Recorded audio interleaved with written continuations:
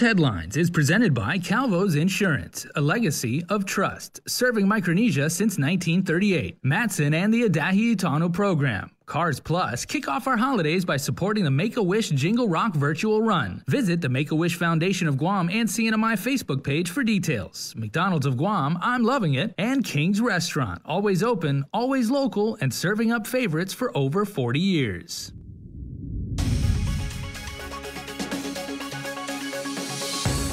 Coming up on Primetime, Public Health is gearing up for another round of vaccination clinics with focus on the island's elderly. Adriana Cotero has full details. Plus, Gura's mortgage relief program has hit some snags as no applications have yet to be approved. Peter Santos will tell you about that story. And containing key provisions for Guam and military buildup, the president vetoes the 2021 National Defense Authorization Act. Nestor Lacanto has that story.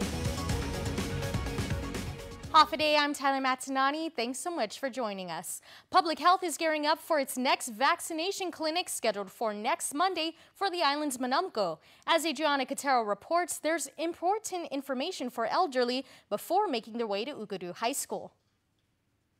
Public Health has wrapped up its COVID-19 vaccinations for healthcare workers and has begun vaccinations of the elderly in congregate settings such as St. Dominic's Senior Home in Barrigada Heights. So we're moving into 1B, which is our population of Guam residents, 75 years of age and older. Public Health Director Art San Augustine says 67 individuals were administered the vaccine at St. Dominic's. Residents 75 years of age and older are advised to first register with their village mayor's office. We'll be getting the list, and one of the things we'll be asking our elderly, of course, is for just ID to verify their age at 75 and older. They will also be able to be assisted by a caregiver or a family member or a friend if they should need assistance. And we'll also have staff on site as well. Once you register first with your village mayor, Bureau of Communicable Disease Control Administrator Annette Uggan says the island Manamco should hydrate, take their meds, and eat before making their way to the vaccination clinic at Ukadu High School. If anybody is sick, has a fever, any symptoms, please don't come until it's resolved, because we will turn individuals away who have symptoms or fever, because again, we do not want, any exposure, or with any vaccine, be it COVID or, the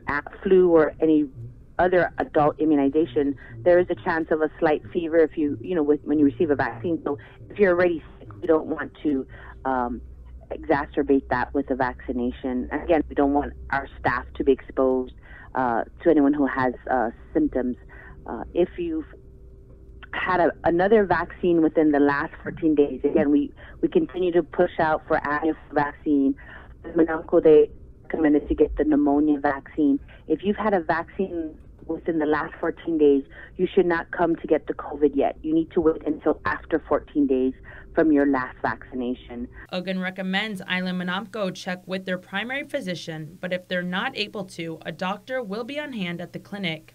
Additionally, Public Health is working to secure additional wheelchairs if needed to assist Manamco as they move through the different stations. The vaccination clinic is scheduled for Monday, Tuesday, and Wednesday of next week from 9 o'clock in the morning to 3 o'clock in the afternoon. Reporting for Guam's News Network, I'm Adriana Cotero. The mortgage relief program has run into some hurdles, with applications being denied for those who have participated in other federal relief programs due to the pandemic. As Peter Santos reports, not even a single application has been approved. We're just about done with 2020, but the harsh reality is there are still thousands unemployed, many of whom count on federal dollars to survive. According to Gura Director Ray Tapasha, the same federal dollars many have been using to put food on the table could very well be the reason mortgage relief might be off the table. I don't think there was a lot of consideration in terms of whether some of these programs based on federal regs are going to end up basically canceling each other out or disqualifying each other. The applicant ends up being ineligible because they are no longer income qualified because of the PUA checks that they're receiving. With federal regulations being applied equally to these programs nationwide, Tapasha says our disadvantage is that things are a little different for us here on Guam. Unfortunately, on Guam, we have multi-generational households where 3 or 4 are working, and all of them are unfortunately receiving PUA. So we have to calculate all four, and then it kicks them above the income threshold, and then they end up being ineligible. So that's the struggles we're facing. So the honest truth is today we've not been able to clear a single mortgage relief application. The Guam Housing Corporation received a total of $714,000 for the mortgage relief program. The program, set to provide aid for up to 3 months of mortgage payments, has 3 main criteria for eligibility. 1, it must be an owner-occupied primary home. 2, you must have lost your job or experienced reduced hours due to COVID-19. And 3, household income. Of the some 400 or so applications picked up for this program, only 122 applications were received. 13 were sent over to GURA for review, and of the 13, 7 have already been deemed as ineligible. Tapascia says he's been working with federal partners in efforts to grant waivers to allow for recipients of other federal programs to still be eligible for mortgage relief. I'm pretty sure we may not be the only one asking for a waiver, but as it stands, the waivers have not been granted. And, you know, my position is, or the request we put on the table is, if you are affected by COVID, if you lost your job or you had a reduction in hours, then certainly you should be able to qualify for mortgage relief. But that's not that doesn't seem to be the position of our federal partners. Tapascia says it all boils down to federal regulations. That's my suggestion to Congress. Why don't you pass legislation that would do away with some of these stringent rules? And maybe we could expedite some of these mortgage relief and rent relief rather than having to give out bad news that you're ineligible simply because, you know, your assets are above the threshold or your PUA payments are above the threshold.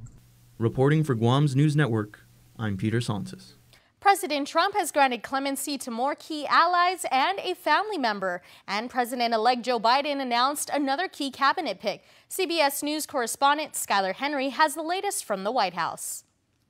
The White House announced a new round of pardons Wednesday evening, including President Trump's former 2016 campaign chairman, Paul Manafort. Manafort was sentenced to more than 7 years in criminal cases that resulted from special counsel Robert Mueller's Russia investigation. Roger Stone, the president's longtime advisor and friend, also gets a pardon, months after President Trump commuted his prison sentence. He was convicted of lying to Congress about the Russia probe. And Charles Kushner, the father of President Trump's son-in-law, completed his sentence over a decade ago for financial crimes and witness tampering. On Capitol Hill, Republican congressional leaders are calculating their next move after the president slammed the $900 billion COVID relief bill Tuesday. I am asking Congress to amend this bill and increase the ridiculously low $600 to $2,000 or $4,000 for a couple. Democratic House Speaker Nancy Pelosi tweeted that a deal for a larger payout to Americans could be done by noon on Christmas Eve. I know that Democrats certainly wanted to get more relief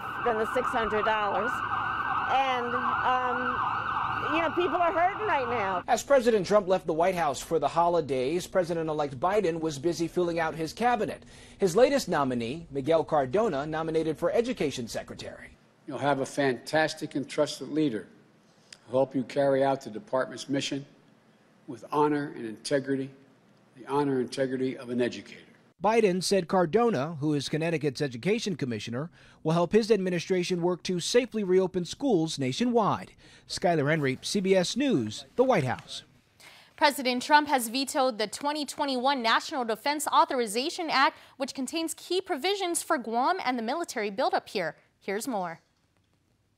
In his veto message posted to the White House website, the president wrote, quote, "My administration recognizes the importance of the act to our national security. Unfortunately, the act fails to include critical national security measures, includes provisions that fail to respect our veterans and our military's history, and contradicts efforts by my administration to put America first in our national security and foreign policy actions.